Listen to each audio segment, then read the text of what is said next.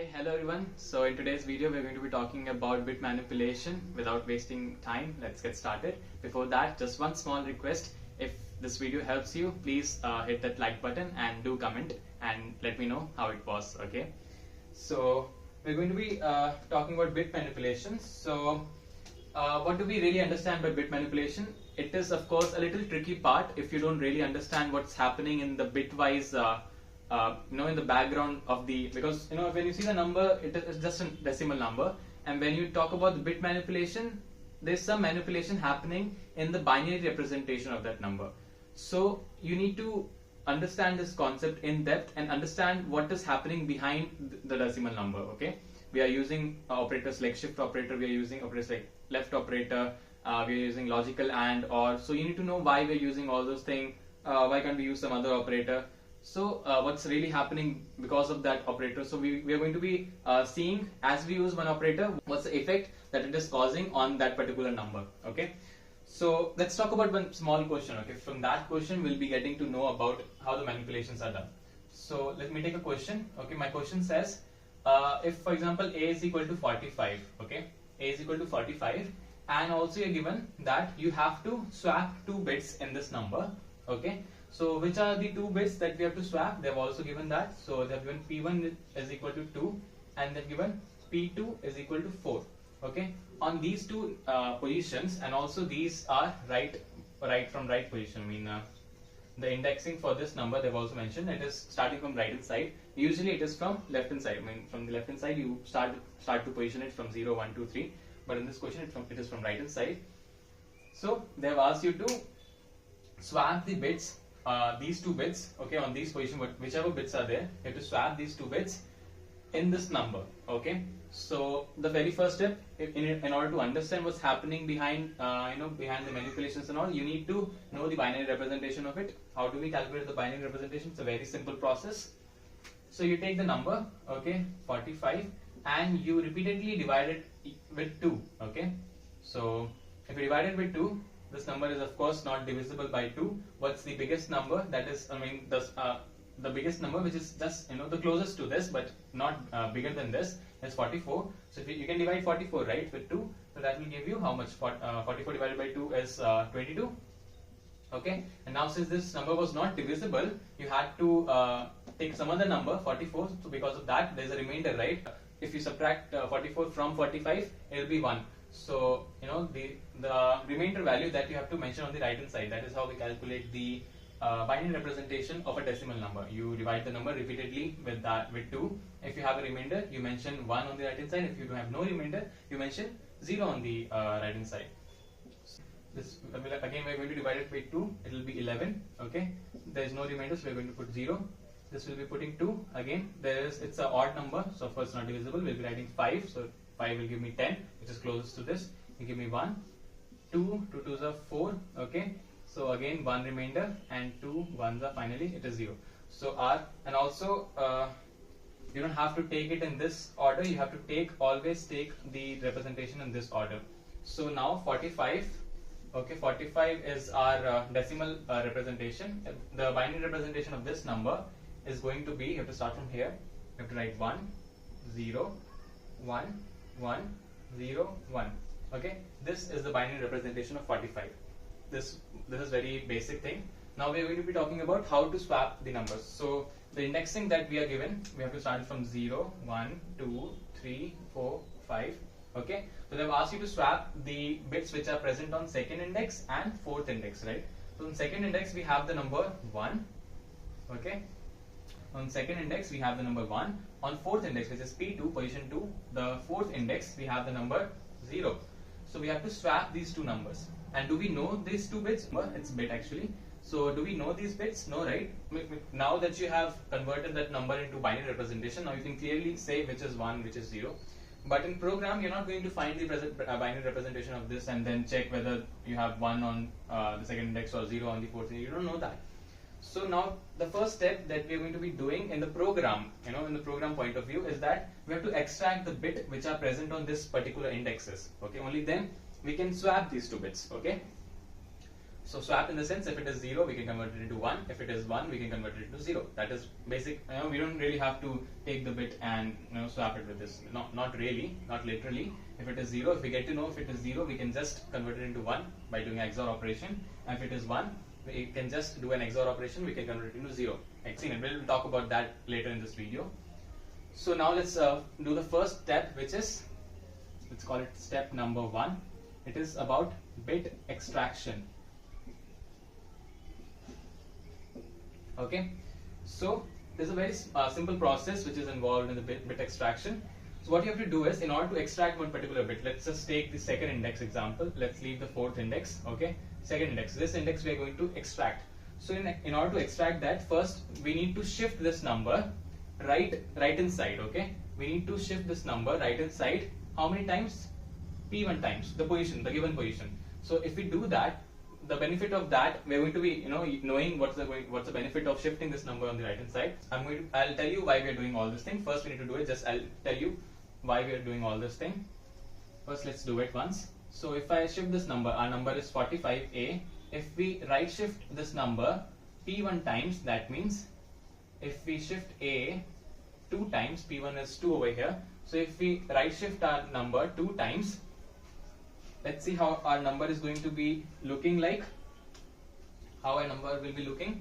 So our number will look something like this. We have to shift this number 2 times. So 2 of these values, okay, these two values will be shifted on the right hand side. That means these two values will be transmitted to trash. Okay, we're just going to discard these values, and we'll be having, and these 4 bits, it will be shifted on the right hand side with 2 units. Okay, and of course we're going to have some some extra space from the top, from the front. Okay, in the front we'll be having 2 spaces since we have discarded 2 values. To extract a bit, the first process is that you need to right shift the number with the, how many times, the given position times. Okay, whatever position has been given to you, that many times you can shift your given number.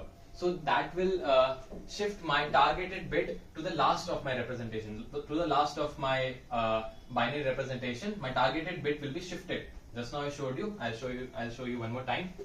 So what will happen is, your number, for example, it was 101101. This number, if I do this right shift operation of the number with 2, this 2 values will be shifted to the right side. That means these 2 values will be discarded. These 4 values will be shifted. These it will take the space of these 2 values, and you'll be having 2 extra spaces from the front. So you can just simply put 0 0 over here. Because of this, what has happened is, my targeted bit, this was my targeted bit, this has come at the last of my representation. You see, this was the number, right? 1101 1101. So this is the number. This was my targeted bit. It has come to the last of my representation. So now what I can do is, now I can do a simple AND operation with 1. So what's the benefit of doing an AND operation with 1? Doing an AND operation with 1, that means 0 0 0 0 0 1. Okay, this is how we I'm just adding an extra zeros on the on the front of this 1. If I do a simple AND operation, it will give me 1 over, in this case. Okay, what if this bit was 0? If this bit would have been 0, my answer would have been 0, because 0 and 1, the AND operation of 0 and 1 gives me 0. So what I'm trying to say you is that doing an AND operation with 1 will tell me which bit is present over here. So if there is a 0 present over here, I'm going to get a value 0 as the result of this entire thing. Okay, and if I have 1 over here, okay, in our case, if we have 1 over here, we're going to get the value 1. Okay, because 1 and 1 is 1. Okay, so now since we're getting 1, I can say this. Let me just erase it once. So let me just save the answer. This is a bit. We have extracted our bit. Okay, whichever bit was present on the second index, we have extracted that using this operation. So what we've done is, let me just we need to have a variable also in which we can store our extracted bit. So I'm going to call this storing bit as bit 1. So what we've done is, first we had right shifted our number. So our number was A. We right shifted our number P1 times, which is our position 1. And then we performed a simple AND operation, simple logical AND operation with 1. That has given me that particular bit, whichever bit was present on the fourth position, or whichever position, this is the second position. Okay, on that position, whichever bit was present, I extracted that using this simple expression. Okay, I hope you understood how the expression, what was the working principle of this expression. I just showed you. I'll show the same for bit 2 also. In a similar way, we can also say that the bit 2, okay, it can also be extracted in a similar fashion. If we write shift P 2 times, which is 4 over here, and then we can again perform a simple AND operation with 1. If we do it, I'll show you that one more time. So what we are going to do is, our A is there. So A is how much? 1 0 1 1 0 1. This is a binary representation. 0 1 2 3 4. Okay, this is our indexing value. So what the first thing is that I'm right shifting my number A P2 times. P2 is 4. So that means these 4. Okay, this 4 value will be shifted to the right hand side. That means these 4 values will be discarded, and these 2 values will be coming and taking the space over here. So since there is no value over here, this 1 0 will directly come over here, and will be left with 4 spaces in the front. Those 4 spaces will be occupied with 0. Okay. Now, as a result of this right shift operation, my targeted bit came to the end of my representation. I hope you can see it. This 0, it was over here. Because of this right shift operation, it came over here. Now, again, a very simple task we have to do. We have to just simply do an AND operation with 1. If we do an AND operation with 1, our result is going to be 0. We don't know that. I'm just saying in our case it is 0 right now. So now I've got to know that my second bit was 0. So from this expression, we can get our second bit. Okay. Now our question says to swap these 2 bits. So there can be 2 scenarios in this case. What if the bits were same? What if the bit present at P1 and P2 are same? In that case, even if you swap, you're going to get the same answer, right? So you need to check before you swap these 2 bits. Okay. So we're just going to put a if condition, and then if and only if these 2 bits are different, that means if one is 0 and the other one is 1, only in that case we are going to swap these 2 bits, or else we are not going to swap these 2 bits. We'll be leaving these 2 bits as it is. Okay, they have asked you to swap these 2 bits. Swap only if these 2 bits are different. So we're just going to put a small if condition, and the condition would be the extracted bit 1, if it is not equal to my bit 2. Okay, if it is not equal to my second bit, in that case, only in that case, what you can do is, now you can do the swapping operation. So how are we going to do the swapping operation?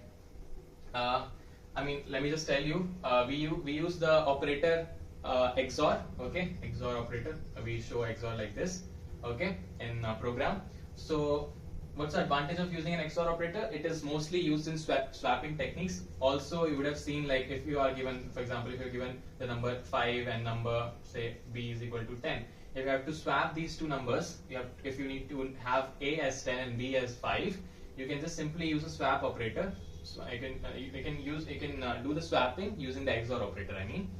So you can write a is equal to a XOR b. Okay. Then again you can write b is equal to a XOR b. And again you can write a is equal to a XOR b. So with the help of this XOR operator, you can do the swapping. So in the same manner, we are going to do the swapping in our case. So what we're going to do is, I'm going to be swapping my number n. I'll be swapping with something over here. Okay. For example, if a was getting swapped, we have to mention the second parameter, right? My second parameter is interesting. Okay, in our case, because we are not going to swap an entire number, we are just going to swap one particular bit in our case. Okay, and how are we going to get that one particular bit? For example, my number n, it was 1 0 1 1 0 1. If I am swapping for my second index, only I need to manipulate the value of 1. I don't have to touch the values of these 2.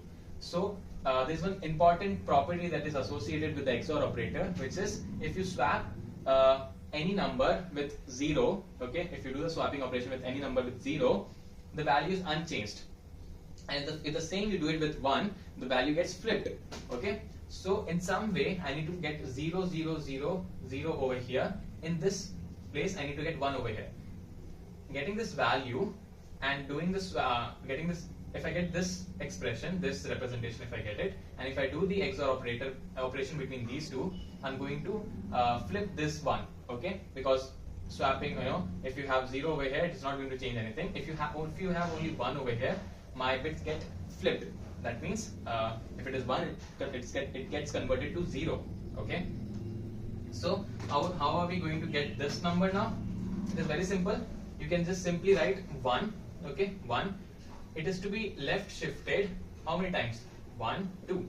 So it has to be left shifted 2 times, okay? So that's 2 over here. It is P1, okay? If you shift 1, if you left shift 1 P1 times, you're going to get this expression, okay? The same will be mentioning over here. If you left shift 1 P1 times, you're going to get this expression, and if this expression you do XOR with the original number, this value will be getting converted into 0, okay? So after performing this step, the answer would be 1 0 1 1 0 1. This one will be converted into 0, okay?